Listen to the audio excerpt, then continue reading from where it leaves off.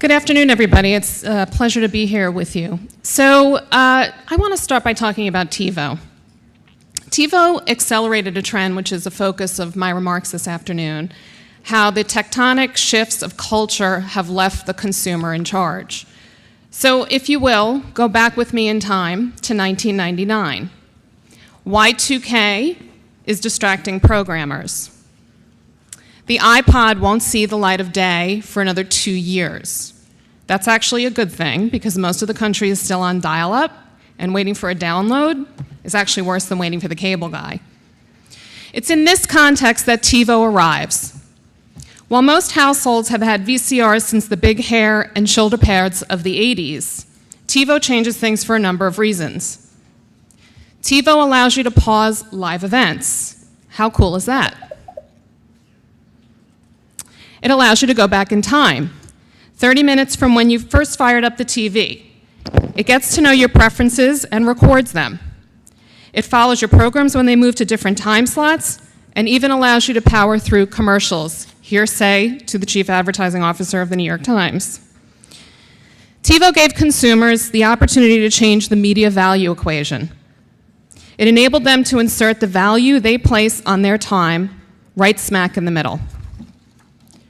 It ushered in the age of time shifting, which begat place shifting, hand in hand with the muting of the 8 to 11 evening prime time, is the telecommute, the dismantling of the 9 to 5 workday. While TiVo never had a user base exceeding 3 million, its customer satisfaction was legendary. And it invented the DVR category, recalibrating the importance of primetime forever. Now, we can argue the finer points, but what it did do was give the viewer unparalleled control over when to watch and how to do so. In today's discussion about the hyper-connected consumer and the challenges they pose to publishers and brands, any understanding begins with the fundamental redrawing of the map. And that begins with our relationship to the consumer. This audience wants total control.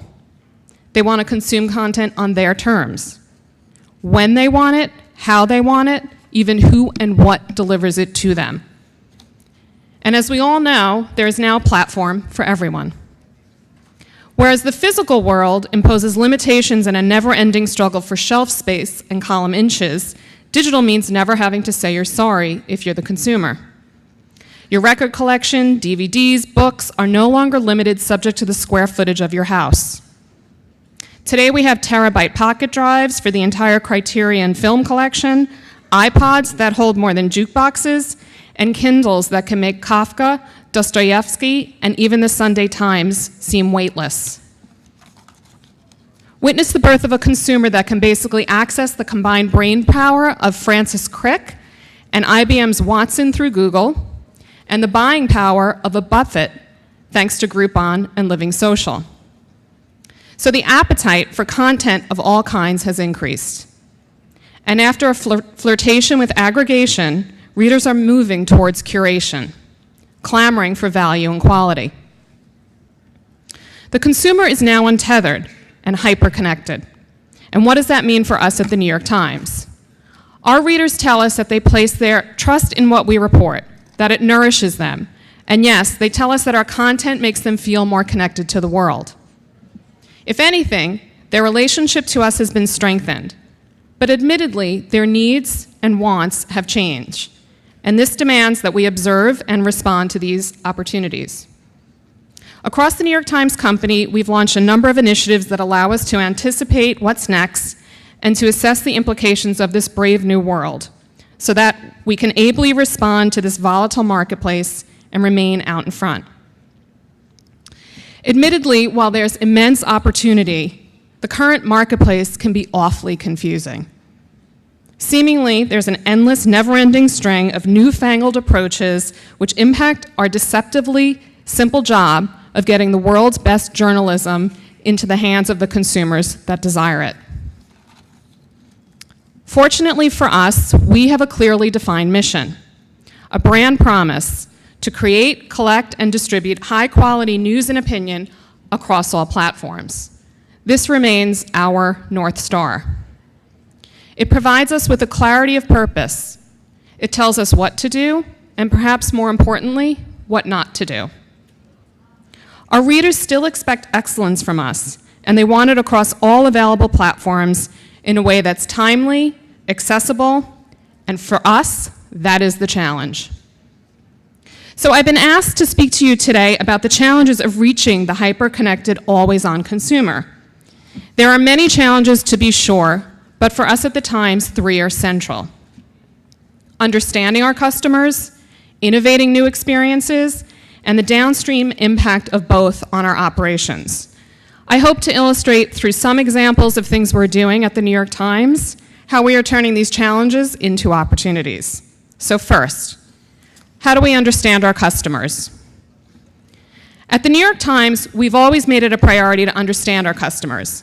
But given the seismic shifts in the media landscape, this has become more important than ever before. We can track what they read, like most publishers, because we have a treasure trove of data on what they read. And because we've always been a registered site, we know with some degree of precision who they are. We use social media to listen to what they say about us, and tools like Chartbeat to help us decide in real time which stories are trending and their placement on our website.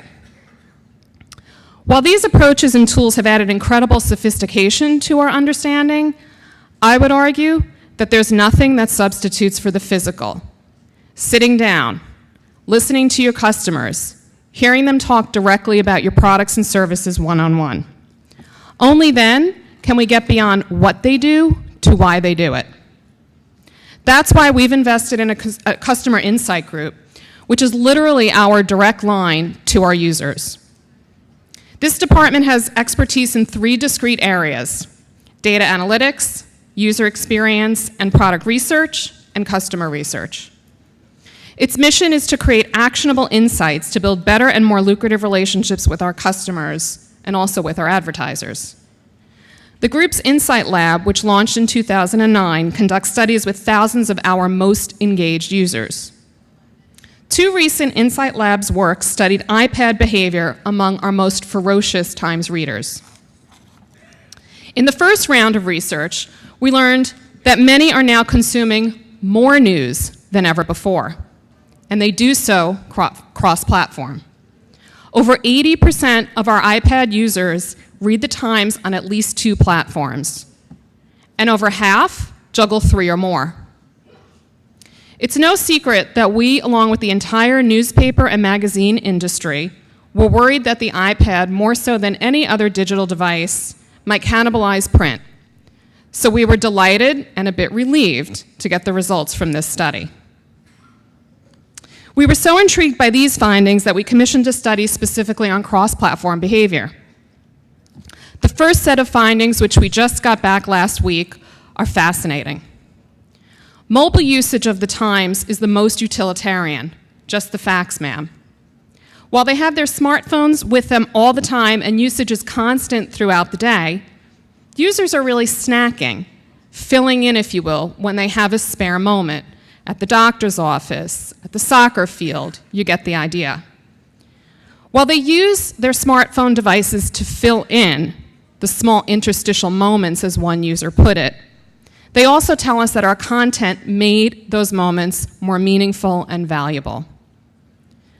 When they consume us in print or on their tablet, the users are experiential. They spoke of spreading out the Times on the kitchen table for a close read on Sunday morning, or packing their iPad for the park. It's probably no surprise that usage of the desktop laptop to consume our content is predominantly a weekday workday habit. And we found that print readers read us throughout the day with a morning bias. And while tablet users also read us throughout the day, they tend to have an evening bias. So this is a little audience participation, a show of hands. How many of you take your iPads to bed with you? You are the reason why our engagement levels are up. This device has added an entirely new day part of usage, one that we couldn't anticipate when it first launched, and this is a very, very, very good thing for publishers like the New York Times. We also discovered that whereas desktops had individual owners, Tablets were often placed on the coffee table and shared among household members. So while these hot-off-the-presses insights are not only interesting, they are also fundamental and will greatly influence both our marketing and product development efforts. The changing usage patterns of our customers recently challenged us to develop a more rational pricing structure for our products. We conducted enormous amounts of research prior to launching our digital subscription model earlier this year, and the learnings were essential. Given the success we were seeing with digital advertising, it was critical that we designed our model to allow us to develop an alternative revenue stream while enabling us to preserve our robust digital advertising revenue stream. We knew it would be important to keep an appropriate ratio of free to paid content while keeping the Times journalism accessible to the open web. But just how to do this became the challenge. Understanding the value that users placed on our content across platforms and segments gave us confidence to launch the model in the first place. Now we were confronted with creating an approach to address the needs of the lightest user to the enthusiast and everyone in between. I can assure you, no small feat. We kept harking back to something we heard over and over again in our research. More than anything else, our users told us that they valued our content. That simple notion became the basis for many of the decisions we made in rolling out our model. For instance, for our highly valued home delivery subscribers, we added the benefit of all digital access to their subscription. And for another loyal user group, our most engaged online users, we knew it would be critical to offer something as well. So we hit upon free access. I know what you're thinking. That doesn't make any sense. These are your best prospects. These are the people who would be presumably willing to pay you the most for your content. And you'd be right. But at the Times, we think for the long term. We had the confidence that what we were giving up in year one subscription revenue would more than pay dividends in customer lifetime value. Since we're also invested in another set of customers, our advertisers, we knew that combining the user insight with our advertisers' needs would be really a home run. And that's when we came up with the idea for an advertiser to sponsor access to our digital subscription model. Lincoln jumped at the opportunity. 6 months in, the effort has actually resulted in a grand slam. Not only do we have 100,000 very happy users, but we have a thrilled advertising client who is enjoying some well-deserved brand esteem as a result of this promotion. These decisions I've just mentioned have delighted our customers. How do I know? We're watching and listening. Our Net Promoter Scores for users who've received sponsored access courtesy of Lincoln are in the excellent territory, and our home delivery trend line has changed. Overall, we're very pleased with the success of our digital subscription plan. The traffic to our site has exceeded our expectations, and we continue to meet all of our inventory commitments to address the needs of our premium advertisers. And we're very pleased with the number of paid and sponsored relationships we have with the digital users. As of the end of second quarter of this year, they numbered approximately 1 million. Our deep-seated desire to obsessively understand our customers recently led us to ask another question. Why do we share? In the age of Facebook, Twitter, LinkedIn, it's actually surprising that nobody has asked this question. The most important finding is that content sharing is about the relationships consumers have with one another. Getting shared requires more than a message. It requires a content component that serves customers' relationships to one another. The study also further confirms that while publishers are still broadcasters of sorts, it's no longer a one-way relationship. Our users are sharecasters, and we are co-creating with them. All this research about our customer base helps us with our next challenge, or should I say next opportunity.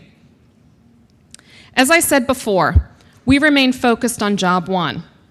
Be true to our brand promise to create, collect, and distribute high-quality news and opinion, and uphold our standards across platform from offline to online and those yet to be dreamt of. So for now and always, the journalism comes first.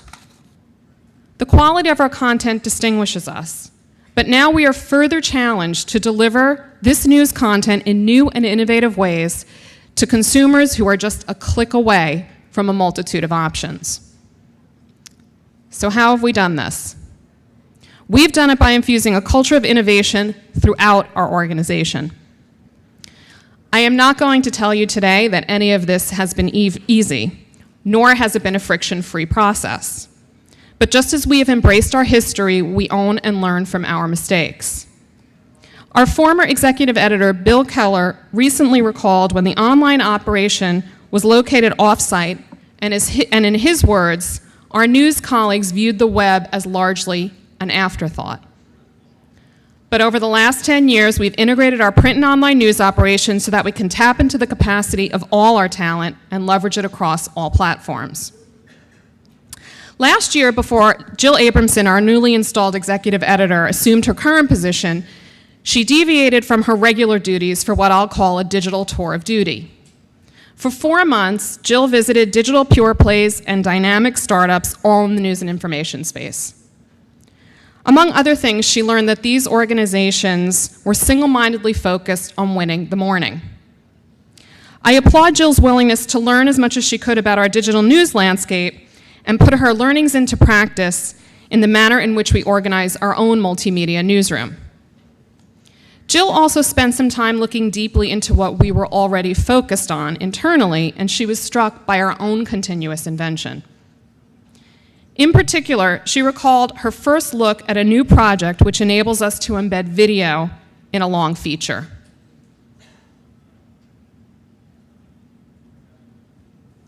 I have a book about myself, about me. Is it a picture of me when I was a baby? I feel a little bit emotional, like happy, and the tears are bursting. I start a little bit crying. In this example, a profile of an aspiring animator with autism given to an unabashed expression of emotion, providing both context and acting as primary source, showing, not just telling, and fundamentally and organically reimagining the way users interact with text and video online. This interactive feature appeared just last Sunday on nytimes.com's homepage. In terms of multi-platform journalism, we've come a long way in a relatively short time. This year, the Online News Association recognized our efforts. We were finalists in 4 award categories for our coverage of the earthquake, tsunami, and nuclear crisis in Japan, the year at war, video portraiture, and general excellence. Innovation is hard enough when you have a long lead time. I would submit publishers like the New York Times have it especially hard, as often the big news events of the day have no predictable calendar. This demands our organization is equipped to innovate on the fly, yet another challenge in this always-on environment. Thankfully, we've always had a structure which supports responding to big news events, and this tends to drive much of our journalistic innovation. Many of our groundbreaking efforts exist today as the result of the fusion between our technology and our journalists, pioneering new ways to tell stories. Recently, we were faced with covering Irene, the storm of the century, at least for those of us in the East Coast. Early on in our coverage, we launched @NYT Live, a dedicated Twitter feed for breaking news events. The idea for NYT Live began to germinate after the death of bin Laden, when our newsroom felt that it needed a coordinated way to take advantage of Twitter in particular, and social media in general, to get valuable and trusted information to our audience in real time, and to give it the New York Times stamp of approval. In the case of the storm, we provided a stream of news developments and links to our evolving stories and multimedia, and we retweeted updates from our correspondents as well as material from other trusted and interesting sources. These new storytelling techniques have another incredibly important dimension: our audience. We are blessed to have a very special audience.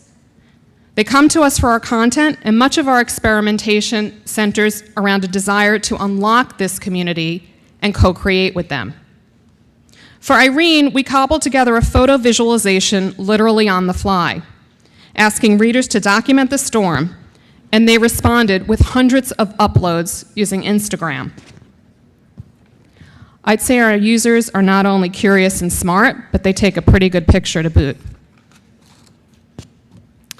While visualizations across the web are a dime a dozen, arguably none were as easy to understand or interact with as our hurricane tracker. I didn't see any that incorporated real-time data, information about storm strength, and current satellite photographs of the storm as ours did.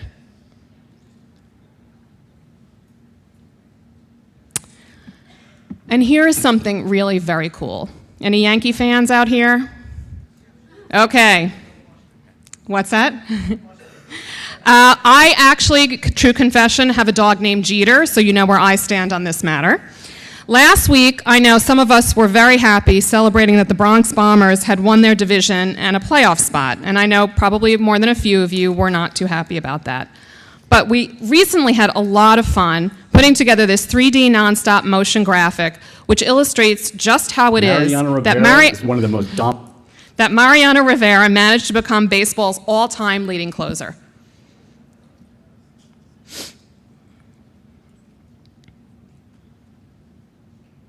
Okay, I guess we're skipping the Mariano video. It's really very cool. All right, so this was just one more example of how we're enhancing our storytelling. One of the most dominant closers in history. But what may be most remarkable is that he has done it by confounding hitters with mostly one pitch, his signature cutter. Here are the nearly 1,300 pitches that Rivera threw in 2009, each frozen at the point when the batter must make his swing decisions. But with few clues to determine the pitch's ultimate location, the batter can be faced with guessing at these outcomes. Here are the cutters to left-handers. Here are the cutters to right-handers. And fastballs to right-handers. He throws almost no fastballs to lefties.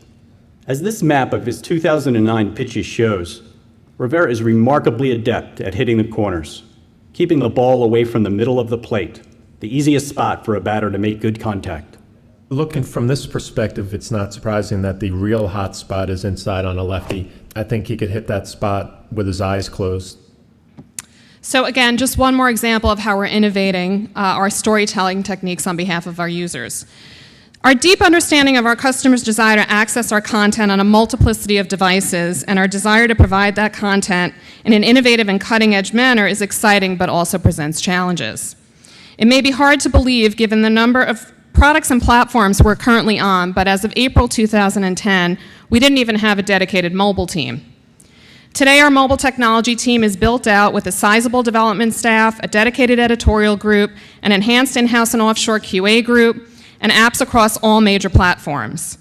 Ours is a major investment in mobile, one that demands specialized skills across emerging platforms. These new opportunities have added a level of complexity by an order of magnitude. On a daily basis, we grapple with not only how we devise our solutions, but which solutions to devise. Platforms are coming and going in a seamlessly endless manner, and even though we're well-resourced, it's not limitless. Consequently, we need to place bets on which devices or platforms will get enhanced custom experiences. Today it looks like Apple and Android, but tomorrow, who knows? And yes, of course, our website is ubiquitous, but today's consumer is demanding varied reading experiences. These bets carry innate risk. We've had a lot to learn in a short period of time. Developing apps is not like developing for the web. While some of our apps are released on ridiculously short deadlines, our very vocal users let us know to the line of code about crashes and how many times they've had to reinstall. But they also recognize that the quality of our journalism is consistent across all platforms, and they trust that we will eventually release an app that is seamless and enhances rather than distracts from our core journalism. This roster of products demands constant attention. A possible white knight is HTML5. While it isn't likely to be the silver bullet of report once, publish everywhere, the hope is that it moves the needle forward.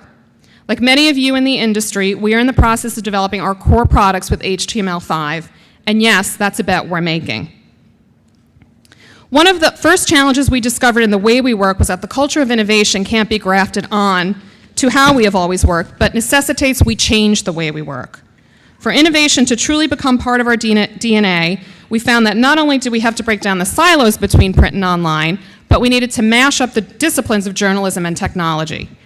Dismantling these silos was an important step in getting the organization to embrace our digital future, but it was only the first step. We've reimagined our employee base. Even the technologists within our organization have fostered a community called the Times Developer Network. Their goal is to create products for the readers of the Times that both intrigue and delight. A few weeks ago, we had our Hack Day with about 50 attendees, which saw solutions and new tools come out of a long weekend without sleep, but much beer and pizza. Hack Days are sources of inspiration, but they are interstitial moments. So we wanted to create a permanent home, a public-facing home for innovation. That's why we launched Beta 620 this past summer. I'm going to skip, in the interest of time, the few examples on Beta 620 because I actually want to show you one more thing that's really very cool that we've invested in. We had invested in an R&D lab back in 2006. It was the first of its kind in the newspaper industry. And R&D was really designed to help us think about the next big thing, help us think about looking around corners. Much of the work of R&D seeks not only to pioneer blue sky interfaces, but to understand the ways that we engage with news and information. Like many of you, they have been studying social media for the last year, and they've developed a system to dimensionalize the life cycle of content sharing from nytimes.com to Twitter and back. Last summer, we published But Will It Make You Happy? The story describing consumers who were paring down their possessions and instead spending their money on experiences struck a chord. The cascade you are looking at not only visualizes the story going viral, but how. And for your reference, a pink dot is a tweet or a retweet, and a yellow dot represents a click back to the article.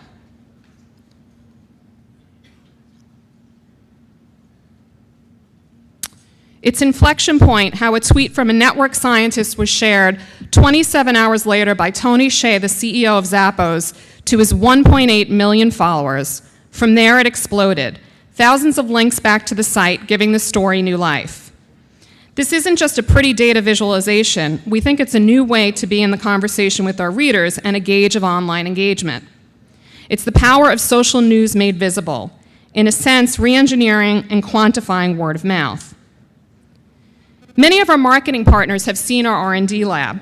They found it intriguing, but it left them asking the question, how can I take advantage right now of all the innovation capabilities at the New York Times? So we thought it was worth the investment of resources to establish a physical space within our headquarters to act as a point of collaboration with clients, agencies, and marketing experiences. The Ad Lab is a place where we can work to better understand client needs, and they can better understand and see exactly what the Times could offer them. It enables us to show them what's in our pipeline even before it's fully baked. It's also an opportunity for us to share some of the customer insights I spoke about earlier. As many of you know, Gucci has been a longtime print advertiser with the Times, advertising on page 2. This February, we worked with them on a digital campaign for our homepage. Our insight into our users was critical. They're truly engaged with our content, so engaged that they often do not want to click on ads for fear of leaving the website. This facilitated the innovation of an embedded e-commerce experience. To date, Gucci has seen over 1 billion impressions, sales results, and they are very happy, to say the least. So to sum up, obsessively understanding our customers and innovation can't be catchphrases, they have to be first principles. At the Times, everybody is committed to these principles and many more. I thank you for your time. It's been a delight to be with you. Great. Thank you, Denise.